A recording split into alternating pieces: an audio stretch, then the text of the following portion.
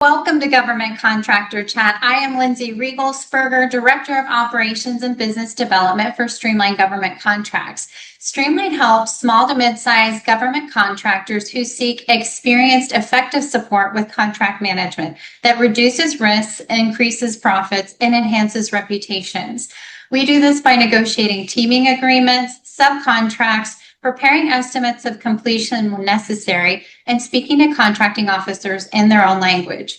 We are the proud organizers of Government Contractor Chat, and we thank you for joining us today. It is time for our guest speakers now. Let's welcome our CMMC SMEs, Matt Hoeper and Evan Neufeld from Edwards Performance Solutions. Good afternoon. My name is Evan. I'm the manager of business development and partnerships at Edwards. We're fortunate enough to have a unique perspective on CMMC. We're one of the authors of the current CMMC Certified Professional and Assessor training.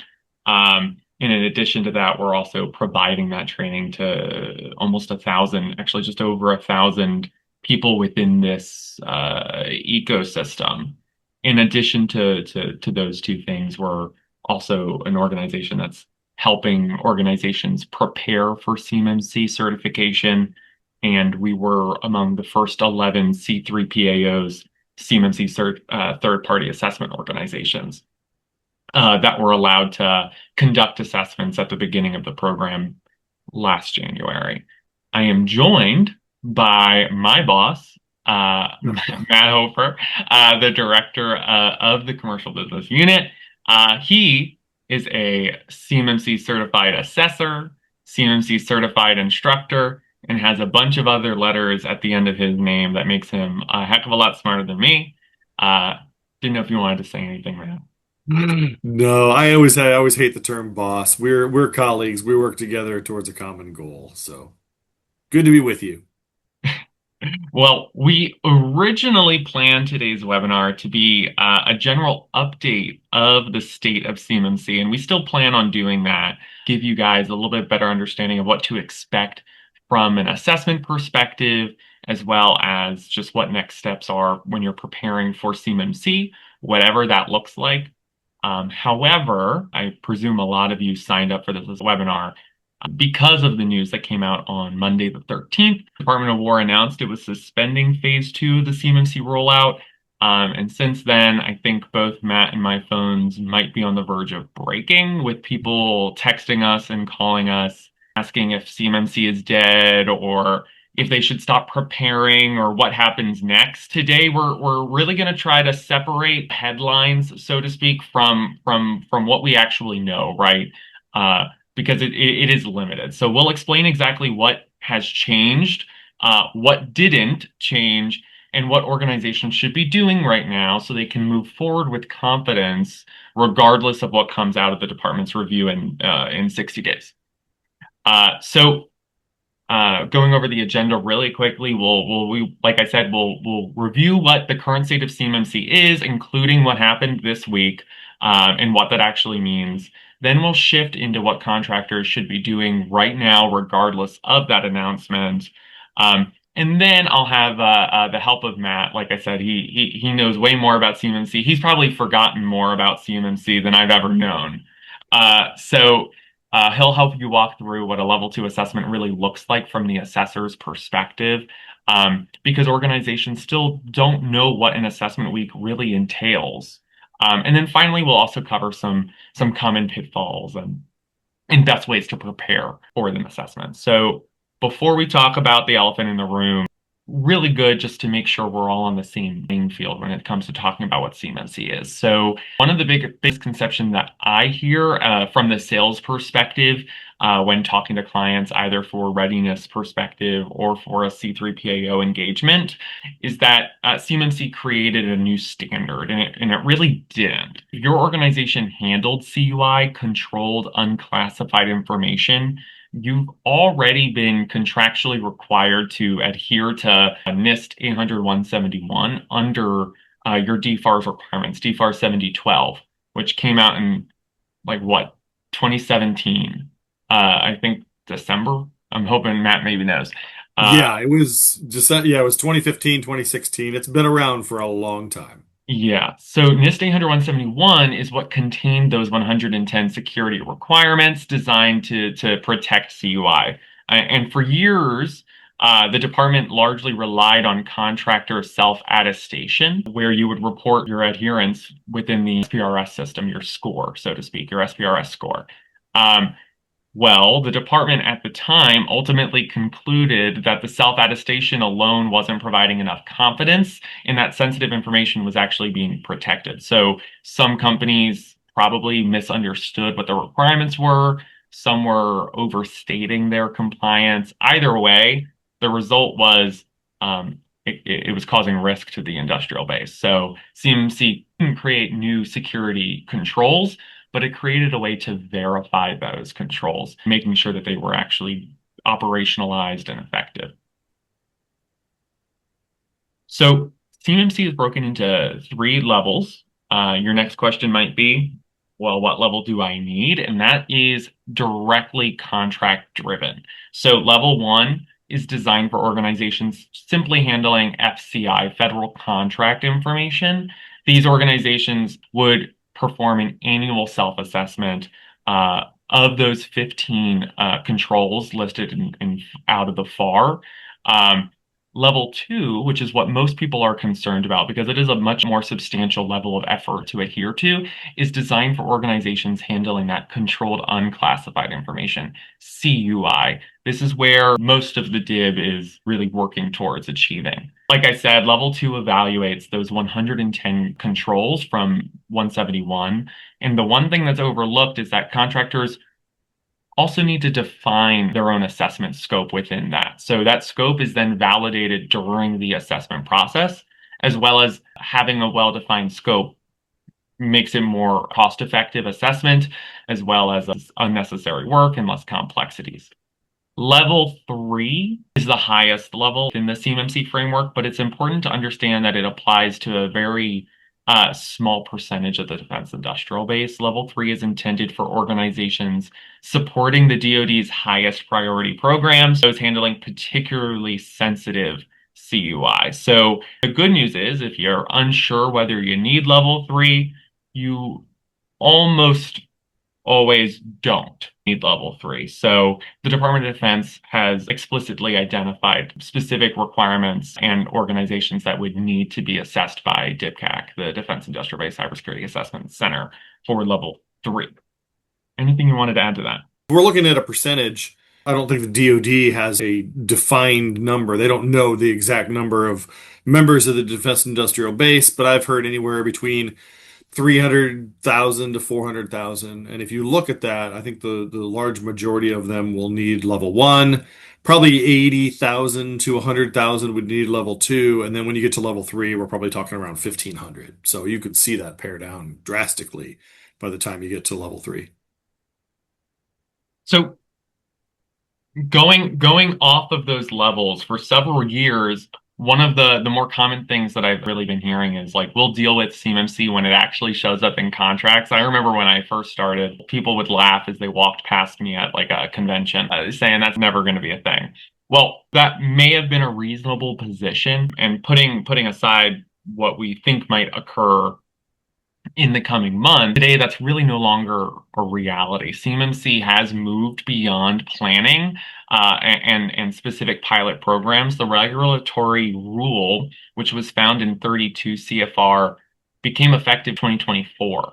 That rule established the CMMC program itself. It identified the 3 certification levels, the assessment methodology, and who can perform those assessments. And following that, last year in November of 25, 48 CFR became effective. And that rule is what allowed contracting officers to begin incorporating CMMC requirements, self-assessment or otherwise, into actual contracts. So the distinction is important because one rule created the program and the other one put it into acquisition, so to speak. In addition to that, contracting officers are also checking the SPRS system before making awards. And prime contractors have largely stopped waiting on the government to start doing that. Many are already flowing cybersecurity requirements to their subcontractors because they can't afford the supply chain risk. Basically, the takeaway, in my opinion, is CMMC isn't really a future requirement, whether or not it needs a third-party assessment. It's in your contracts right now. It's been in your contracts for a bit now, whether it's through your prime direct contract or through SPRS validation. Cybersecurity is now a part of doing work within the DIB. So, with that, now we get to have to talk about what occurred on Monday. On Monday, literally 2 days ago, the Department of War, Department of Defense announced that it's suspending Phase II of the CMMC rollout. Specifically, they suspended the requirement for mandatory third-party certification by C3PAOs. Naturally, this created a bit of confusion. Headlines immediately, like I said earlier, CMMC's done, CMMC is paused. What is happening? That's not really what happened.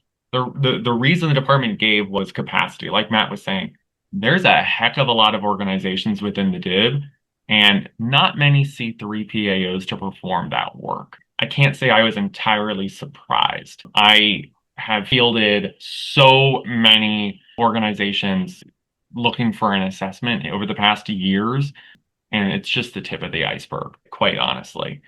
Today, there was only like 100 C3PAOs able to perform that amount of assessments that Matt was referring to, the 80 to 100,000 that would potentially need a third-party assessment. Even if every assessor worked continuously, there simply just wasn't enough capacity to afford that. So CIO, Kristen Davies, basically said the math just doesn't math. Rather than forcing contractors into a system that could not support them in time, they put a pause down, and they also established a 60-day CMMC reform task force. They've issued a request for information that you can submit, and you should submit. We're certainly submitting our feedback on what's been working in the program, what we would like to see changed within the program. So we'll have a lot more information in about 60 days, and once that review is over. It's significant news, but it's important to understand that what has changed and what hasn't, and that's all we really know what's happened. So again, we say it paused Phase II. Well, what phase were we in? I guess it's obvious Phase I is what we were in. So Phase I remains fully intact. This pause did not affect Phase I in any way, shape, or form. This phase started when 48 CFR was codified. This is what allowed for the introduction of those self-assessments. This is what allowed C3PAOs to begin performing assessments. This was nothing has changed with phase I. Phase II was originally scheduled to begin at this November 10th of 2026.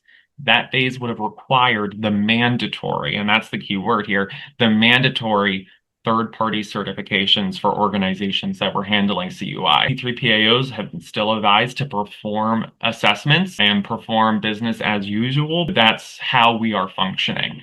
The requirement, again, the mandatory requirement has been suspended while the department conducts its review.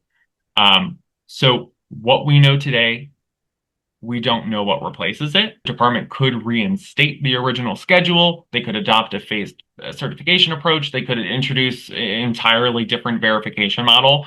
Right now, no one outside of the department knows.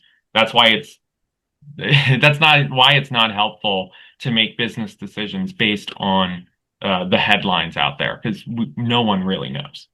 This slide might be the most important, and this is just really hitting home, so to speak, what we've been saying. The certification mechanism was paused. The cybersecurity expectations have not. C3PAO assessments are still occurring. However, that mandatory requirement has been put on a temporary hold.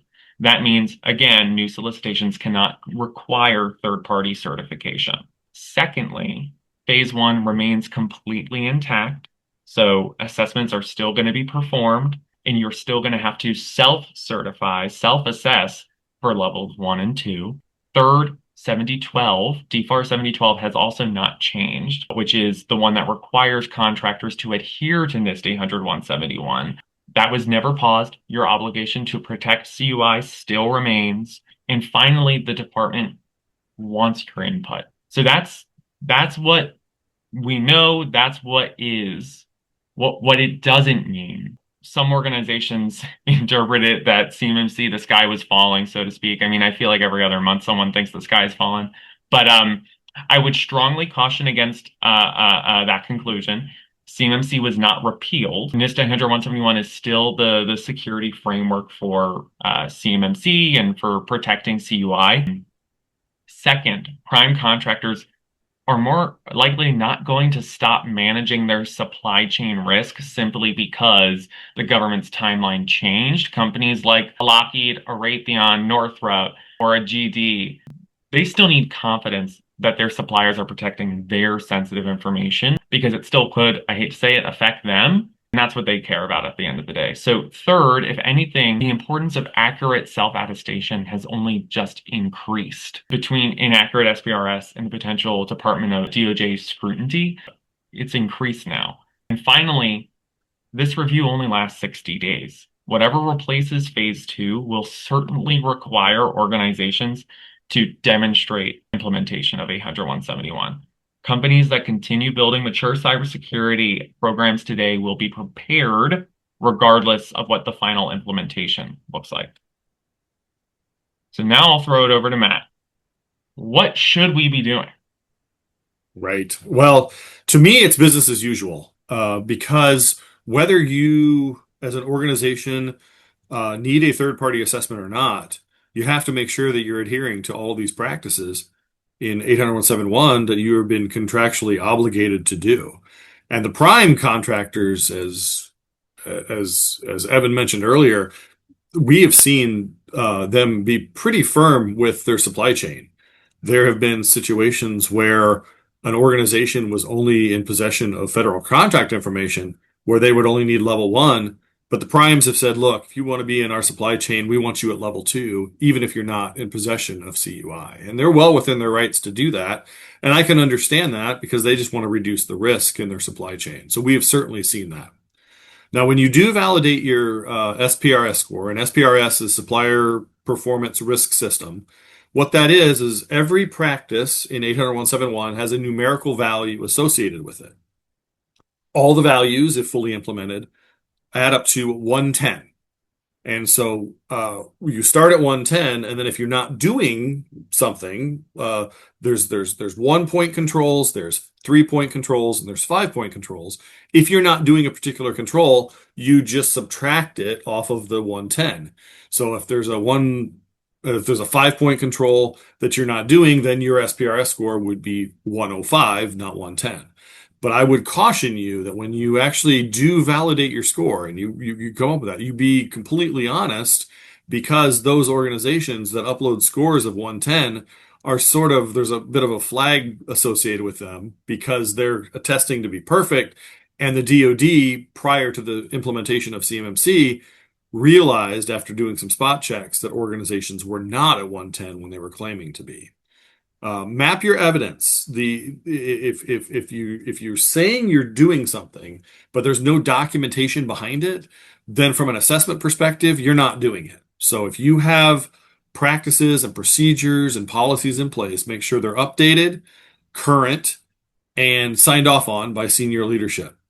There's particular technical controls. So if you have technical configurations in place, make sure that what is in your technical configuration matches what your procedure would be. For instance, your policy might say that your password timeout or lockout is after 3 attempts, but if in practice it's 5 attempts, well, there's a discrepancy there, and that could lead to a failure should you participate in an assessment. Really define your assessment boundary. When we're talking about scoping, there's a few of the practices that I look at as an assessor beforehand to make a determination of what your scope is. And when we talk about scope, I'm only talking about what am I assessing. So you as an organization that scope goes to what are you securing? Is it the four walls of the building? Is it a subset, a room? Is it a cloud location? So you really need to make sure that you know what your boundary is, because that's very important in scoping. You have to confirm internal ownership, and this is not an IT person's problem. It's not the IT gal or the IT guy who's responsible for all this. This is a leadership on down thing. This is a company issue. This is not just an IT issue. But you do have to figure out what the ownership is. And if you're using an external service provider, like a managed service provider, know what you're paying for, know what they're responsible for, and know what you're responsible for. And for those areas where there's some crossover, make sure you check that. Because when we're talking about like access control, the MSP probably has some ownership there, and the organization probably has some ownership there. So just make sure that nothing slips through the cracks. The notion of some organizations is we're just going to designate this person, we're going to run them through training, and then they're going to be the ones who are responsible for getting my organization ready. And that can work, but boy, does that put quite a burden on that one person. So if you need help externally, I always recommend that, especially those who have been doing this for a long time. Because if you get to a position where you've trained someone, or maybe you've worked with someone down the street that says that they know what they're talking about, but maybe they don't, and then you spend all that time and effort and money into getting ready, come assessment time, if the assessments pick back up, the assessors may have a very different interpretation of what you have come up with. So it's really important to work with somebody who's been doing this for quite a while and has that experience. And then make sure you do a timeline. You can throw money at a problem, but I always say that if you think you're going to get this done in a month, it's probably not going to happen. Depending on the maturity level of your organization, it could take a year and a half.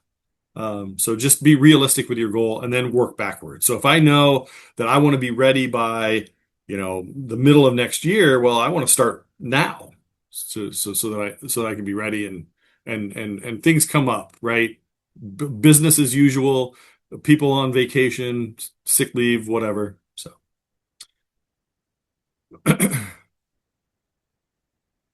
All right. So, an assessment. So we as assessors, and there's a little over 1,000 of us, I believe, actual assessors, we go to scope.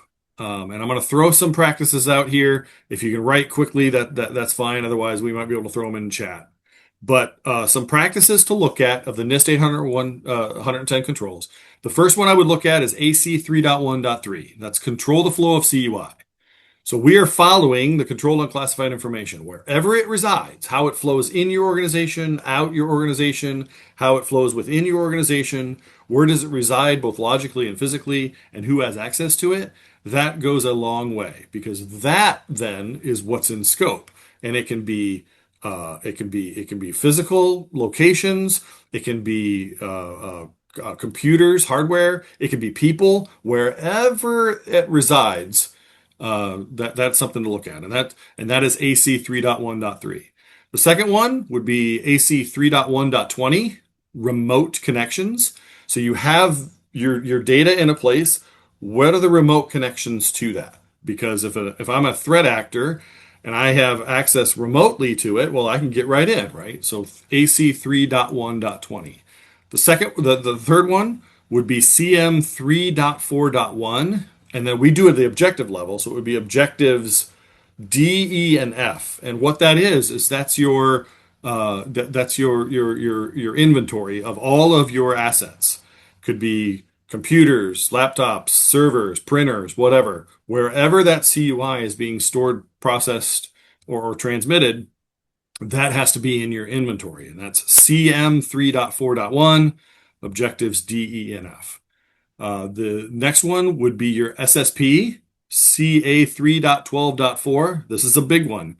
Your SSP, your system security plan, tells what you're doing from a security perspective for all of those practices. And you can reference other documents, that's fine, but your SSP is your guidebook and sort of your Bible, so to speak, of how you're doing things at your organization. That is CA 3.12.4.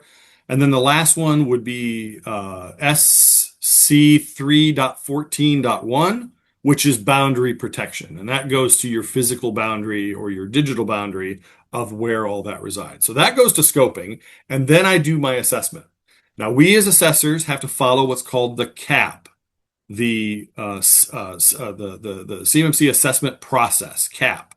And there are phases, and we have to follow it. So phase one would be your planning and preparation, where we're reviewing documentation prior to the actual assessment, just to make sure that you pretty much have everything in a row. If we find that your SSP is 5 pages, doesn't go to the objective level, you're missing a lot of policies and procedures, you don't have a complete network diagram, then you're probably not ready for an assessment.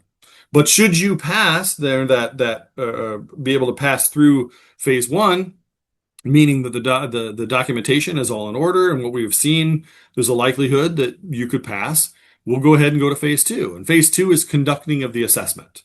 And what we do is we spend 4 or 5 days going through everything and conduct that assessment, right? Nobody sleeps that week from the organizational side. It's an arduous process for them. If you've ever been part of any sort of audit or assessment, you'll know what I'm talking about. And then the next phase would be the reporting of the results. And so if you pass as an organization, then we put the documentation together. The person uploads it into EMAS. Once it's uploaded into EMAS, about 24 hours later, it's immediately, or I should say automatically, sent over to SPRS that you've passed. But if you don't pass, you can go into a phase 4, which is a POAM closeout. And what that means is, remember I had said that the practices have a numerical value associated with them. You can have some 1-point controls, which are kind of the lesser controls as far as the impact to the organization if you're not doing them from a security perspective. But you can have up to 22 of them, and that would let you go to a POAM closeout. And what that means is, while you didn't pass the assessment in the phase 3 portion, you would be given a conditional level 2 certificate that would allow you to bid on and win a contract, with the idea that in 180 days, 6 months, you fix those 1-point controls, be reassessed, and then you'd be good for those 3 years. And this is an ongoing process. So when, I know that phase 2 has been paused, but as it stood prior to Monday, you would be assessed year 1, and then on year 2, you would do a self-assessment, upload your SPUR score, because security is an ongoing thing. We don't do a set it and forget it, right? It's always ongoing. Maybe you change your endpoint protection, or you get a new cloud service provider, or you change the way you do things from a security perspective. It's always a rolling thing. But that year 2, you would do a self-assessment. Year 3, you would do a self-assessment. And then year 4, which is 3 years removed from year 1, you would have a C3PAO come out and reassess you. And that's what that process looks like. So, common pitfalls during assessments, and we see it all the time. The big one is the lack of documentation. When we talk about evidence, I have to look at something, right? And there's 3 ways I can do it. I can do an interview.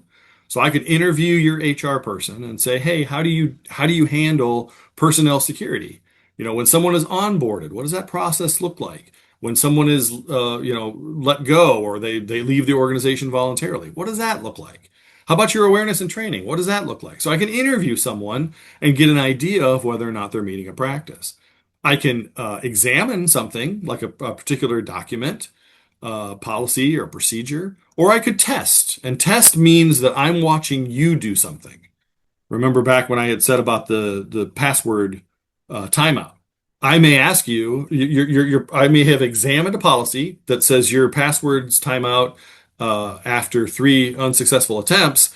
Then I'll test that by watching you type in your password 3 times incorrectly. If it doesn't time out, well, now there's a discrepancy, and we have to have a discussion there. That could be a practice trending not met. But evidence gaps are big. Stale system security plans. Like I said before, your SSP, your system security plan, should go through to the objective level.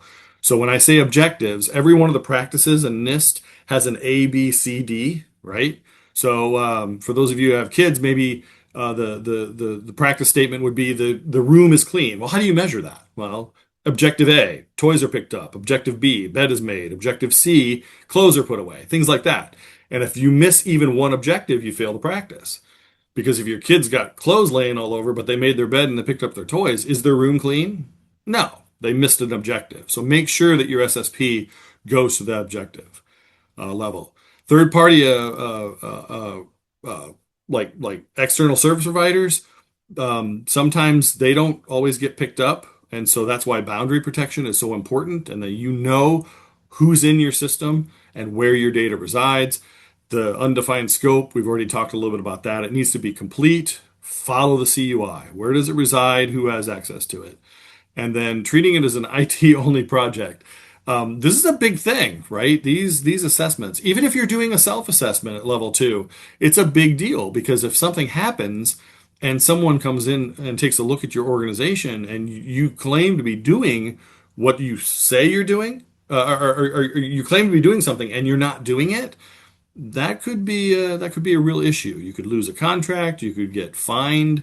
It's not a good situation. I don't like FUD, fear, uncertainty, and doubt, so I try to stay away from scaring people into things. But there's definitely some pitfalls there.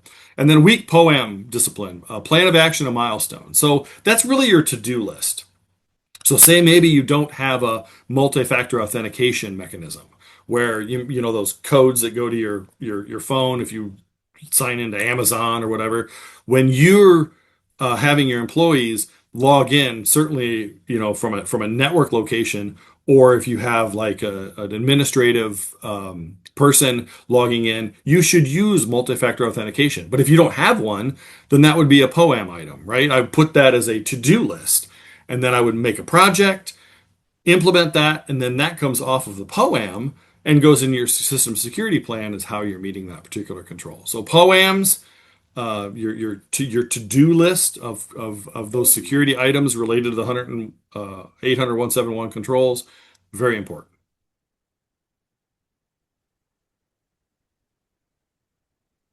Go ahead and go on to the next one. There we go. So, like I said, when you're preparing for a C3PO assessment, you do not want any POAMs related to the 110. I've heard some organizations be like, oh, we'll go ahead and we'll just do the assessment and we'll fix it that week of the assessment. I assure you, one, you won't, and two, the assessor is probably going to find something else that you didn't even consider. So just understand that the assessors are always going to find something that maybe you overlooked. And it might be something that you can fix during that week, but it might be something that you can't. So make sure that you have evidence prepared and you drive the discussion. You don't want to be put in a position where the assessor is looking at you and saying, okay, how do you do this? And you don't know. Uhs and ums and silence is nerve-wracking for an organization during assessment. So make sure that you have the evidence that you're going to put forth. So if I'm an assessor and I say, how do you do this? You're like, oh, Matt, we just this and this and this, to the point where I'm like, okay, I give. You've got the evidence. We're good. Your system security plan needs to be complete and updated. Policies and procedures cannot be in draft form. They have to be current, they have to be signed off, and they have to match what you're actually doing in the field or in work. Your boundary diagram, that goes back to the 3.14 or 313.1 practice, the boundary protection that I mentioned earlier, 313.1. And it's also mentioned in your SSP. So your SSP would show boundary, but you can reference other documents. What I would say is, if I'm looking at your SSP and I'm looking at a particular practice, say 3.5.2, and I look at your SSP and it says, please see document whatever. And so, okay, I go to that document. And then that document says, please see other document. You're going to frustrate me as an assessor. And a frustrated assessor is never going to end in a favorable result. Org chart, key roles. You want to make sure that the people who are implementing a particular practice are the people I'm talking to. So if I want to talk to someone about how you're handling, auditing and accountability, don't hand me the part-time custodian. Make sure that I'm talking to the person who is responsible for that. Internal audit and management review results. We'll look at any self-assessments that you've done in the past or any third-party assessments that have been done that might be relevant to this. We can sometimes take a look at those and enter them into evidence.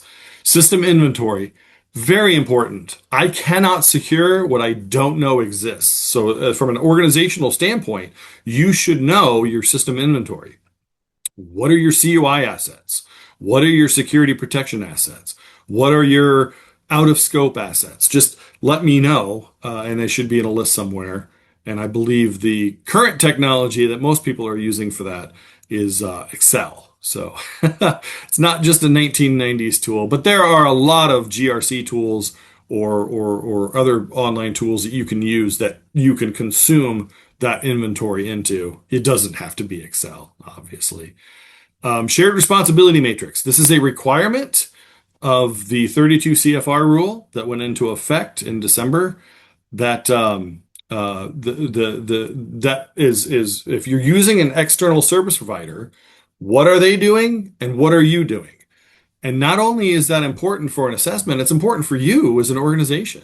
How many times have you had a managed service provider, something happened, you call your managed service provider and they're like, oh, your managed services agreement doesn't cover that. Well, you don't want to find that out at the time you've got a problem, right? So you want to know that you're getting your money's worth. So you should have a relationship with your MSP, with your cloud service provider, all those external service providers to know exactly what are they doing, what am I doing, and am I getting what I'm paying for? Don't just assume they're doing it. They may not. And then SME's ready and brief for interviews. You want to prep your people, kind of, hey, remember, this is how we're doing it. Because if that SME gets on the table and they say, well, we're not really doing that, that's a problem, right? Because you want to make sure that the SMEs know exactly what is happening and what's going on in your organization. So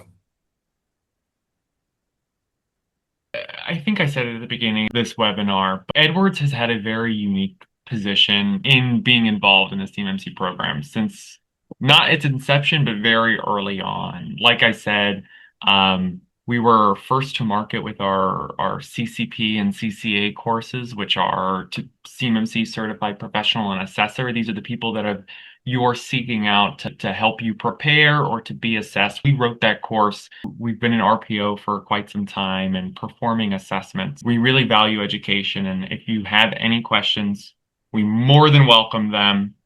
But before we open the floor, and I know I saw a chat come through, we did just have 4 key takeaways for you, which is 1, phase 2 was paused, but that doesn't mean you're off the hook. CMMC is still here. We're still requiring self-assessment, SPRS submittal, and your adherence to NIST 171 from DFAR 7012. Second, your deadline isn't necessarily the government's implementation schedule. It's your next contract opportunity. Third, your cybersecurity isn't about intentions, it's about your evidence. And I hope those last few slides Matt went over would really help demonstrate the importance of implementation, how an assessor can and can't give credit. And finally, the organizations that succeed don't build evidence a week before the assessment, like Matt said, or most definitely don't do it during the actual assessment week. They build those repeatable cybersecurity processes. So that naturally produce the evidence as you go. Regardless of what comes up at that 60 days, those organizations that did the work, they'll be ready for whatever comes. Thank you again for your time, and we'll open it up for questions. Matt and I would be happy to answer them. Please feel free to come on camera if you'd like, or pop questions into the chat. In the meantime, I have a couple here. What are the biggest misconceptions that companies have about preparing for a level 2 assessment or any assessment? I'll put it this way. When you put your house on the market, you have a value of your house. And you might say, my house is worth $1 million. And then you'll get someone who is experienced in the field of realty, and they'll look at you and say, no, it's not really worth $1 million. It's really worth more like $700,000. And so that analogy is what I would use to say, you might think that you're in a really good position, but you don't really know that until you get someone else to come in and take a look. So that's the biggest misconception, is that a lot of organizations think that they're ready because they've just done it internally. Come to find out, they're not really ready because they really haven't worked with maybe an advisor or a consultant to get another set of eyes on things. And I would always recommend getting another set of eyes on things. Understood. How long should organizations realistically expect the CMMC preparation process to take? And I did listen, but let's bring it home one more time. Sure. No, I get you. I got you. So it is really up to the maturity of your organization. I have been working with organizations now for 6, 7 years for this CMMC or 80171 implementation. And I'll tell you, I've seen everything except dirt floors. I've seen Windows 98 machines used to do UPS shipments. I've seen domain admins not have passwords in servers. So it really depends on how mature you are in your organization. If you look through the guidance provided, the assessment guidance for CMMC, or even 80171A, which is the assessment portion of that, take a look and see how you're doing, and then figure out where you're lacking, and then create projects. But it could be anywhere from, I mean, if you're pretty mature, it could take you 4 months to button things up, or it could take you 2 years. It really depends on the organization. Unfortunately, there's not one size fits all. And I'll tell you, there's not an organization that will get you there in 30 days. I have seen that all over the internet. Oh, we'll get you CMMC compliant in 30 days. No, they won't. I promise you they won't. Okay, understood. Those are great insights. If a company is just beginning its CMMC journey, what are the first 3 things it should do? Pray. No. What I would do if you're just starting your journey, I would probably get in touch with a consultant. And you can go on the Cyber AB's marketplace and pick one.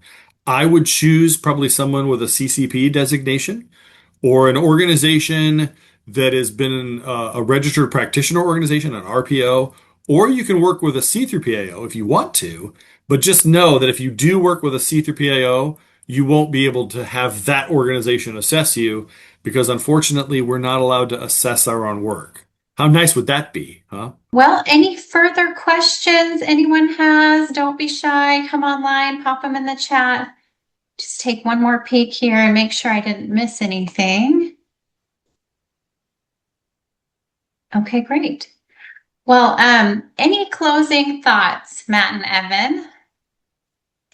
I'll go first and then I'll let Evan go.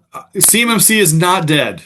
And there's a lot of people that are singing and dancing. It is not dead. It might be retooled. We saw it retooled back in November of 2021 when we went from CMMC 1.0 to 2.0. But it is not dead, nor is the requirement under DFAR 7012 that you have to safeguard cover defense information. So if you think that, oh, I'm good now, I don't have to do anything, that is not true. You have a contractual obligation to safeguard this information using the current 80171 framework, which right now is still under Rev 2 per the DoD. I know Rev 3 is out, but they're saying Rev 2. Don't sit back and think, oh, I'm fine now. You got to be doing it. So, Evan? Yeah, I would just reiterate whether or not you choose to move forward with an assessment right now, you still have to adhere to the DFAR 7012. If you don't, you're opening yourself up for more risk. Having that third-party assessment really what you were able to kind of push that onto another organization and say, hey, we were reviewed, we should be in the clear. You're opening yourself up for more whistleblowing, more DOJ action, or not adhering to what you've been saying you've been doing since 2017. Let's take a look at what's coming up next. Our Government Contractor Chat complimentary Zoom webinar series takes place the third Wednesday of each month, excluding August and December, from 12 p.m. to 1 p.m. Eastern Time. Wednesday, September 16th, we will have Navigating the Facility Clearance Process, featuring Diana Edmondson, President and Founder, and Aaron Petkunis, Vice President at FSO Consultants. You can scan the QR code on the screen now to register for this event. You can also follow Streamline Government Contracts on LinkedIn to never miss a webinar or a new video release. Thank you for your time today. We hope to see you in September.